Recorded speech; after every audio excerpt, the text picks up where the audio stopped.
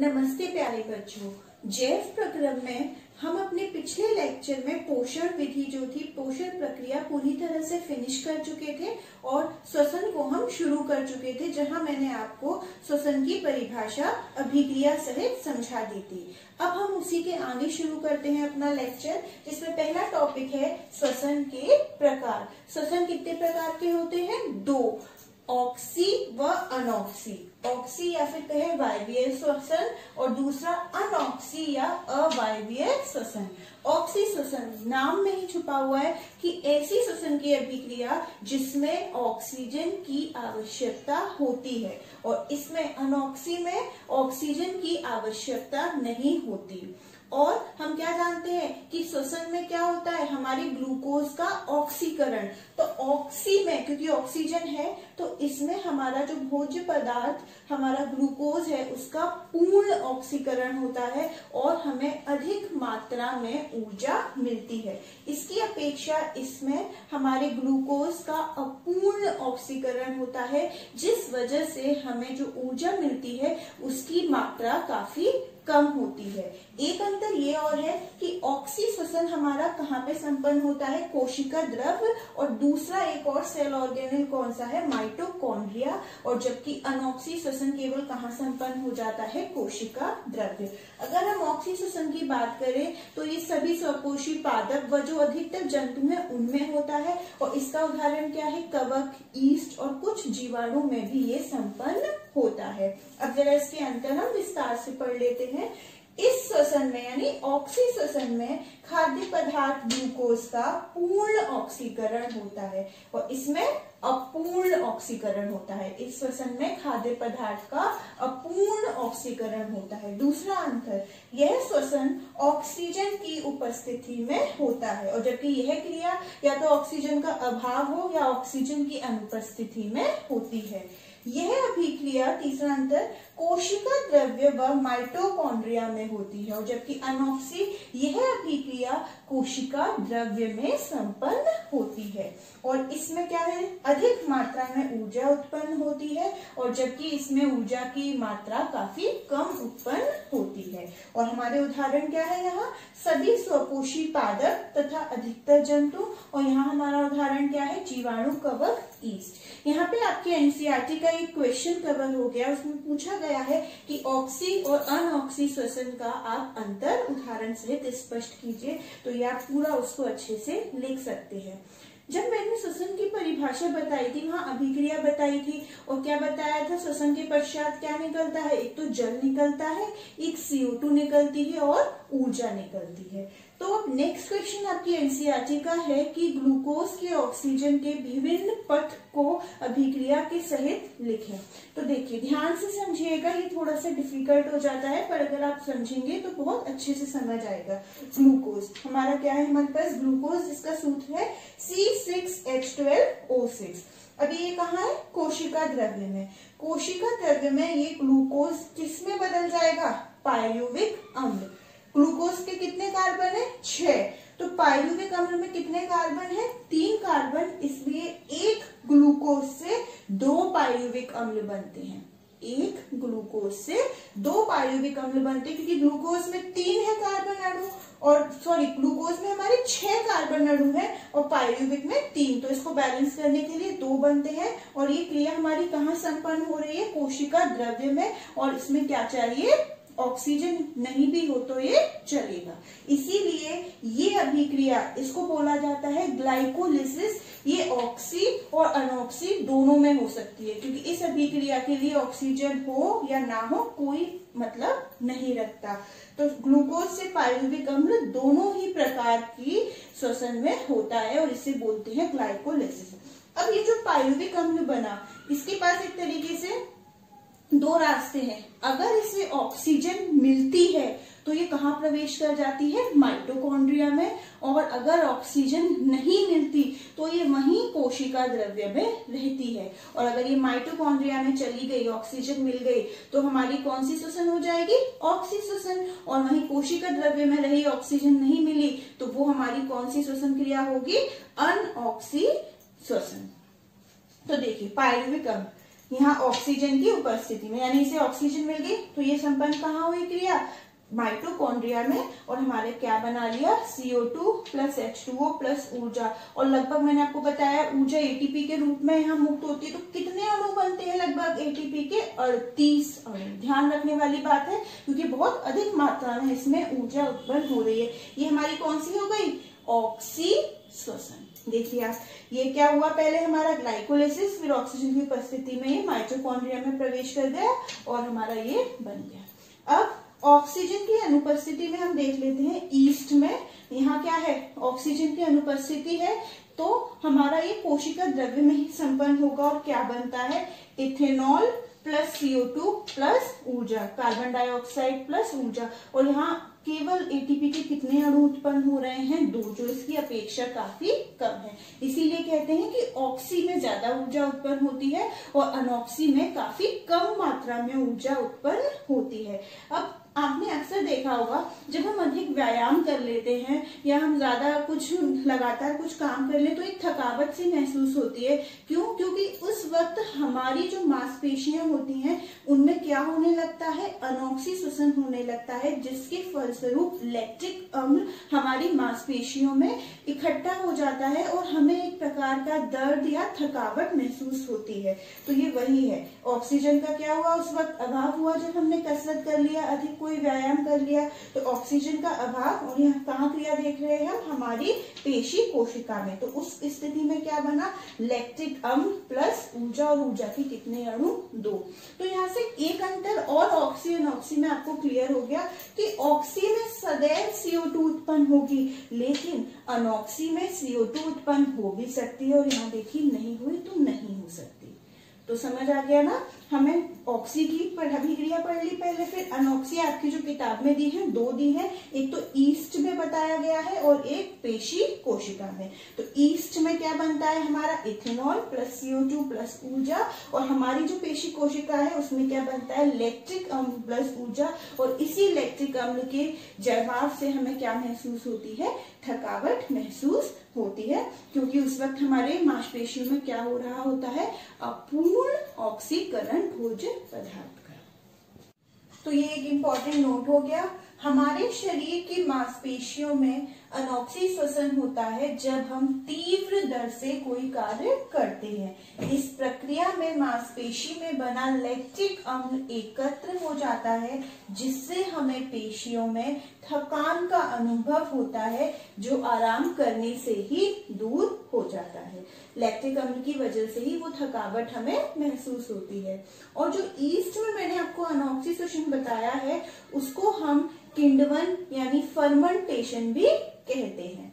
अब हमारा next topic है पादपों में श्वसन। जैसे हमने पहले पादपों में क्या पढ़ा था, अपना पोषण विधि पढ़ी थी, जो प्रकाश संश्लेषण, जिसमें हमने डिटेल से पढ़ा था। अब हम देखते हैं कि पौधों में आदान प्रदान जो गैसों का है वो कैसे होता है। कुछ रचनाएं, विशेष रचनाएं होती है जिस द्वारा ये आदान प्रदान संपन्न होता है। जैसे रंध्र, चित्र में आपको बता चुकी हूँ, जो कहाँ होते हैं, पत्ती में, तो यहीं से O2 जाता है और CO2 निकलती है। वातरंध्र, ये हमारे जो मोटे तने वाले तनेदार पेड़ होते हैं उन पर एक उभरा हुआ रंध्र होता है। तो तने व शाखा पर एक उभरा हुआ रंध्र, और जड़ में किसके द्वारा होता है, मूल रोम। तो ये तने, ये जड़ में, ये तने पर और ये पत्ती पर ये वो रचनाएं होती हैं जिन द्वारा गैसों का आदान प्रदान होता है। अब हम शुरू करते हैं जंतुओं में श्वसन। मैं मनुष्य में शुरू करूं उससे पहले 9th क्लास का थोड़ा रिकॉल कर लेते हैं, जहां आपने बायोडाइवर्सिटी चैप्टर में संघ, फाइलम्स पढ़े होंगे, और हर फाइलम में बताया था कि उसका जो उदाहरण, जो जीव है वो कैसे श्वसन की क्रिया करता है। तो वो कुछ देख लेते हैं जल्दी से। ये श्वसन अंग लिखे हैं मैंने, ये उदाहरण, जैसे कि कोशिका सतह द्वारा कौन कौन हमारा श्वसन करता है, अमीबा है, पैरामीशियम, हाइड्रा, एस्पेरिस और बहुत सारे। त्वचा द्वारा कौन करता है, केंचुआ, मेढक, जोंक। ट्रेकिया द्वारा कीट और तिलचट्टा। क्लोम, मछली या फिर मेढक का लार्वा, ये सब हमारे कैसे श्वसन की क्रिया को संपन्न करते हैं, क्लोम द्वारा। और फेफड़े, पक्षी, सरीसृप और स्तनधारी। अब हम अपना मनुष्य में श्वसन तंत्र शुरू करते हैं। मानव में श्वसन तंत्र के अंग क्रमागत हैं। सबसे पहले नासिका, उसके बाद ग्रसनी। मैंने बताया था ये जब हमने पाचन तंत्र पढ़ा था, ये कॉमन पैसेज है आहार नाल में जब हमने फूड पाइप पढ़ी थी, जो भोजन की नलिका थी उसके लिए, और श्वास नली जिसमें वायु जा रही है। उसके बाद कंठ, फिर श्वास नली, फिर श्वसनी, जो श्वास नली का जो विभाजन हो रहा है वो श्वसनी, और ये हमारे फेफड़े। फेफड़े के अंदर ये जो लाल गुब्बारे जैसी रचनाएं हैं ये हमारी कूपिका कहलाती हैं, और फिर ये डोम शेप, मंदिर का जैसे गुंबद होता है उसकी आकृति का ये है डायफ्राम। सबसे पहला हम देखते हैं नासिका। देखिए हवा जो है वायु वो यहाँ से प्रवेश करेगी, फिर हमारे कहाँ जाएगी, श्वास नली, श्वास नली से कहाँ जाएगी, श्वसनी, श्वसनी के पास कूपिका के पास, और कूपिका पर क्या होगा, हमारे गैसों का आदान प्रदान। नासिका, वायु शरीर के अंदर नासाद्वार द्वारा जाती है। अब एक क्वेश्चन आता है अक्सर कि हमें वायु हमेशा नाक द्वारा लेनी चाहिए, बल्कि एक मुंह से भी सांस ली जाती है, तो मुंह से न लेकर नाक से लेना क्यों अच्छा है?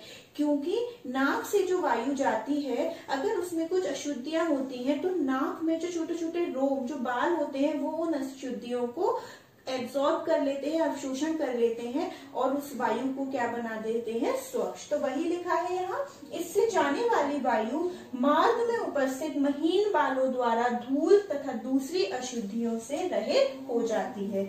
दूसरा हमारा पॉइंट है ग्रसनी। इसमें श्वास नली तथा आहार नाल दोनों खुलते हैं। अब थोड़ा सा कंफ्यूजन होता है कि जब आहार नाल और श्वास नली दोनों खुलती है तो फिर कैसे वायु जाएगी आगे और हमारा भोजन जाएगा आहार नाल में, वो थोड़ा इस तरीके से समझ लीजिए। जैसे मान के चलिए ये आपकी है ग्रसनी, यहाँ पे हमारा भोजन भी है और वायु भी है। अभी हमारे दो भाग में विभाजित हो जाती है। यहाँ पे ये है हमारा क्या, श्वास नली है ये वाली, और ये हमारी क्या है, आहार नाल में भोजन की नली है। अब होता क्या है, भोजन किससे चला जाएगा, आहार नाल से, और वायु किससे चली जाएगी, श्वास नली से। आहार नाल का जो इसका छिद्र है उसको कहते हैं हम गलेट। क्या कहते हैं, गलेट। और जो श्वास नली का छिद्र है उसे कहते हैं ग्लॉटिस।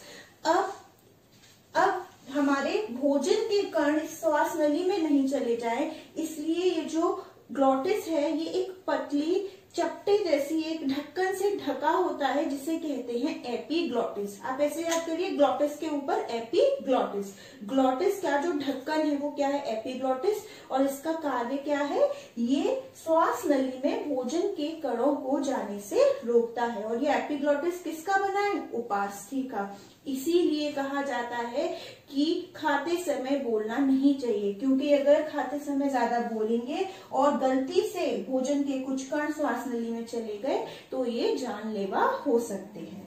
तीसरा हमारा अंग है कंठ। यह ग्रसनी के पीछे एक छोटे बक्से के समान रचना है, बक्से के समान होता है। ये पुरुषों में अक्सर आपने देखा होगा, एक टीन एज के बाद जब टीन एज शुरू होती है, कुछ वॉइस में उनके चेंजेस होते हैं, वो डीपर होती जाती है, और ये चीज क्या है, उभरी हुई होती है, वो इसी वजह से होती है। इसको कहते हैं एडम्स एप्पल या फिर टेटुआ। ये पुरुषों में गले के सामने बाहर की ओर उभरा दिखाई देता है, जिसे टेटुआ या एडम्स एप्पल कहते हैं। श्वास नली, हमने आहार नाल में जो हमने भोजन की नली पढ़ी थी, फूड पाइप, वो लगभग कितने सेंटीमीटर थी, 25 सेंटीमीटर लंबी। ये लगभग 10 से 12 सेंटीमीटर लंबी होती है। श्वास नली का ऊपरी छिद्र ग्लॉटिस कहलाता है। ये छिद्र पत्ती की आकृति के उपास्थि युक्त पार्ट से ढका रहता है, जिसे एपीग्लॉटिस कहते हैं, जो मैंने अभी आपको बताया था। इसका कार्य क्या है, ये एपीग्लॉटिस श्वास नली में भोजन के कणों को आने से रोकता है। ये आपकी एक एनसीईआरटी का क्वेश्चन है कि एपीग्लॉटिस क्या है और उसका कार्य क्या होता है, तो वो आपका आंसर यहाँ से आपको मिल जाएगा। अब आप देख रहे हैं श्वास नली में ये जो मैंने लाल लाल ये सी जैसी छोटी आकृति करी है, ये हमारी उपास्थि की बनी है। इनका एक विशेष कार्य है, अगर इसके अंदर वायु ना हो तो ये आपस में इसकी दीवार चिपके ना, तो ये सी शेप जो रचना है इसको उस चीज से बचा रही है। तो वही लिखा है, श्वास नली में सी आकृति की उपस्थिति के अधूरे छल्ले होते हैं जो इसमें वायु न होने पर इसकी दीवारों को चिपकने से रोकते हैं। इसके बाद हमारा अंग है श्वसनी।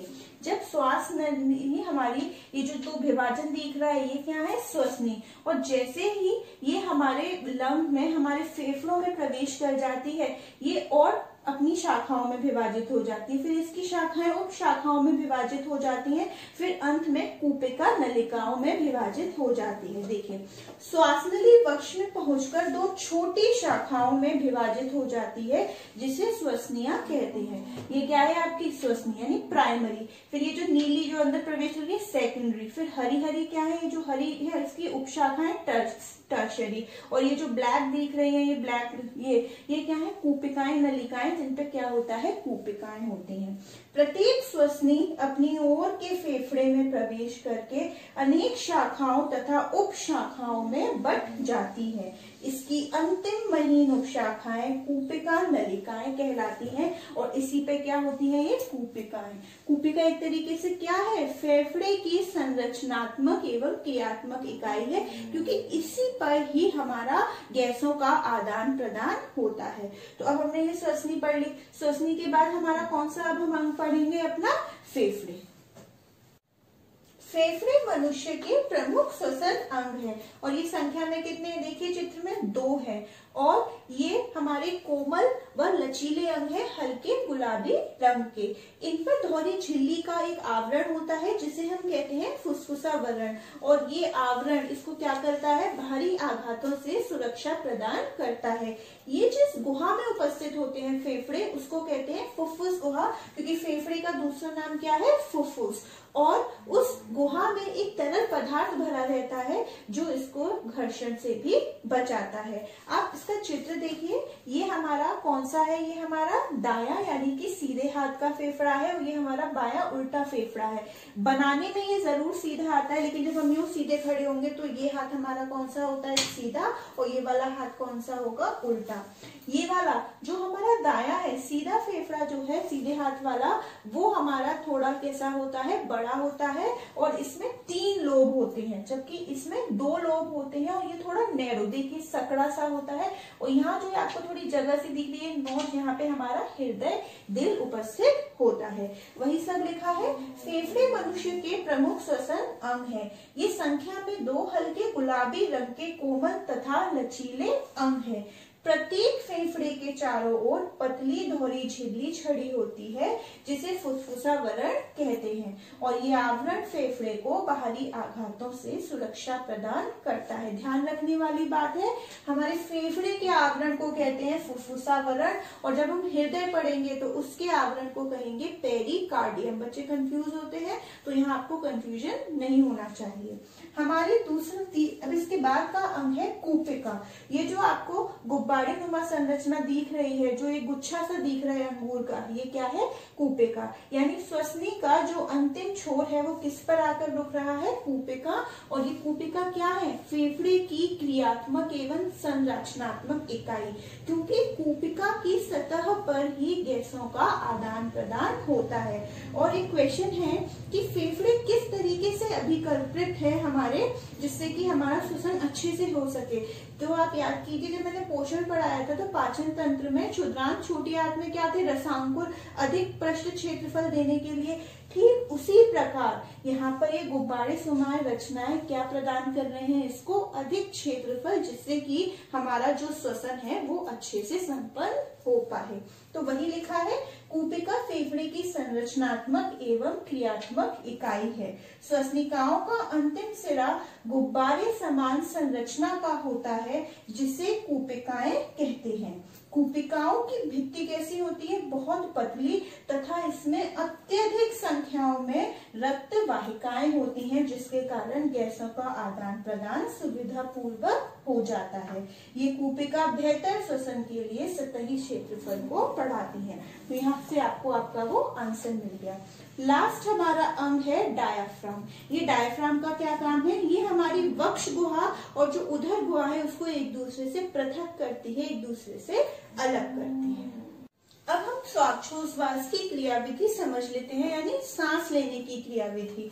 इसमें 2 चरण होते हैं, अंतः श्वसन और निःश्वसन। अंतः श्वसन यानी जिसके अंदर वायु अंदर जा रही है, जिस चरण में, जिस प्रक्रिया में, और निःश्वसन जिसमें CO2 वाली जो दूषित वायु है हमारे शरीर से बाहर निकल रही है।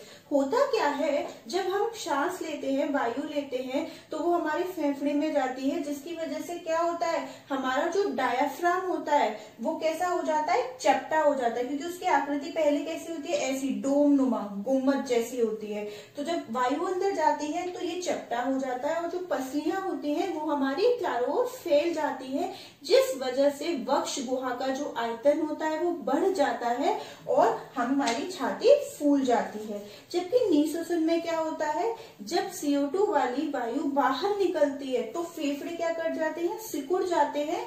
क्यों? क्योंकि जो डायफ्राम होता है वो अपनी पुरानी स्थिति में आ जाता है और पसलियां भी अपनी पुरानी स्थिति में आ जाती है। तो यही अंतर है अंतः श्वसन। इस क्रिया द्वारा बाहर की शुद्ध वायु फेफड़ों में पहुंचती है, जबकि निःश्वसन में इस क्रिया द्वारा CO2 वाली वायु फेफड़ों से बाहर निकलती है। अंतः श्वसन क्रिया में डायाफ्राम समतल हो जाता है, देखिए आप चित्र में समतल हो जाता है, यानी चपटा फ्लैट हो जाता है। वह पसलियां बाहर एवं ऊपर की ओर फैलती हैं, जिससे वक्ष गुहा का आयतन, जो साइज होता है, वो बढ़ जाता है और छाती भी फूल जाती है। और इसके विपरीत निःश्वसन में क्या होता है, इस क्रिया में डायाफ्राम एवं पसलियां अपनी सामान्य स्थिति में आ जाती है। देखिए फिर से ये डोम शेप हो गए, और जो वक्ष गुहा है वो अब हमारा उसका आयतन कम हो जाता है और जो वायु है वो बाहर चली जाती है, क्योंकि दोनों ही, बाहर की वायु जब बाहर से अंदर है, क्योंकि वायु के दाब में क्या है, अंतर है, इस वजह से वो अंदर O2 वाली जो वायु है और CO2 वाली बाहर निकल जाती है। अब एक इम्पोर्टेंट नोट है, श्वसन चक्र में जब गैस अंदर जाती है और CO2 वाली बाहर निकलती है तो हमारे फेफड़ों में हमेशा एक अपशिष्ट आयतन रहता है गैसों का, यानी रेसिडुअल वॉल्यूम रहता है, जिससे O2 गैस से अच्छे से अवशोषित हो सके और CO2 वाली गैस अच्छे से शरीर से बाहर निकाली जा सके। तो यही इम्पोर्टेंट नोट है। श्वास चक्र के समय जब वायु अंदर और बाहर होती है, फुफ्फुस सदैव वायु का अवशिष्ट आयतन रखते हैं, जिससे ऑक्सीजन के अवशोषण तथा CO2 के निष्कासन के लिए पर्याप्त समय मिल जाता है। श्वसन प्रक्रम से संबंधित ये हमारा आखिरी टॉपिक है, फेफड़ों में गैसीय विनिमय, यानी फेफड़ों में पहुंचकर गैस का कैसे आदान प्रदान होता है। ये आपके NCERT का भी क्वेश्चन है कि मनुष्य में ऑक्सीजन और कार्बन डाइऑक्साइड का परिवहन कैसे होता है। सबसे पहले ये कैसे होता है, किस विधि द्वारा होता है, सामान्य विसरण द्वारा। आपने पढ़ा ही होगा 9वीं कक्षा में कि विसरण क्या होता है, अपनी अधिक सांद्रता वाली जगह से किसी का, चाहे वो गैस हो चाहे द्रव हो, उसका अपनी कम सांद्रता वाली जगह तक गमन ही हमारा क्या कहलाता है, विसरण। तो फेफड़ों में गैसीय विनिमय सामान्य विसरण द्वारा होता है। हमारी कौन सी 2 गैसें, ऑक्सीजन कार्बन डाइऑक्साइड, तो एक एक करके पढ़ लेते हैं। ऑक्सीजन परिवहन, ऑक्सीजन का परिवहन कैसा होता है, ऑक्सीजन जब वायु जो हमारे अंदर प्रवेश करी है वो कोशिकाओं पे जाकर लाल रुधिर रक्त कणिकाओं के हीमोग्लोबिन से जुड़ जाती है और एक अस्थायी ऑक्सी हीमोग्लोबिन नाम का यौगिक बना लेती है। और जब ये यौगिक हमारे ऊतकों तक पहुंचता है तो अस्थायी है, ये टूट जाता है और हमें क्या दे देता है, ऑक्सीजन दे देता है। तो वही लिखा है यहाँ पे, फेफड़ों की कोशिकाओं में उपस्थित वायु से ऑक्सीजन रक्त कोशिकाएं, कौन सी वाली, लाल, में पहुंचकर रक्त के हीमोग्लोबिन से क्रिया करके ऑक्सी हीमोग्लोबिन का निर्माण करती है। ये अस्थायी ऑक्सी हीमोग्लोबिन ऊतकों में पहुंचकर ऑक्सीजन को मुक्त कर देता है। मतलब कि ऑक्सीजन का वाहक कौन हुआ, हीमोग्लोबिन, जो किसके पास है, लाल रक्त की कोशिकाओं के पास है। ऐसे समझिए जैसे कोई विद्यालय, कोई बच्चा किस में जाता है, कोई ऑटो में जाता है, कोई बस में, कोई साइकिल पर भी जाता है, तो वो आपके वाहक हो गए। ठीक उसी प्रकार से ऑक्सीजन किस पे बैठ के गई है, हमारे हीमोग्लोबिन पर। अब है कार्बन डाइऑक्साइड परिवहन। कार्बन डाइऑक्साइड जल में अधिक घुलनशील है, इसलिए ये प्लाज्मा वाले भाग में घुल जाती है और इसी अवस्था में इसका परिवहन होता है। थोड़ा बहुत 9th में आपने पढ़ा ही होगा कि रुधिर को हम 2 भाग में पढ़ते हैं, प्लाज्मा और रुधिर कणिकाएं। तो कौन सा वाला भाग? प्लाज्मा में ये घुल जाता है। कार्बन डाइऑक्साइड जल में अधिक घुलनशील है, इसलिए इसका हमारे शरीर में ऊतकों से फेफड़ों तक हमारे रक्त के प्लाज्मा में घुले हुए रूप में वहन होता है। यहाँ हमने पूरा अपना श्वसन प्रक्रम भी फिनिश कर दिया है और अब हमारा कौन सा प्रक्रम शुरू होगा? परिसंचरण।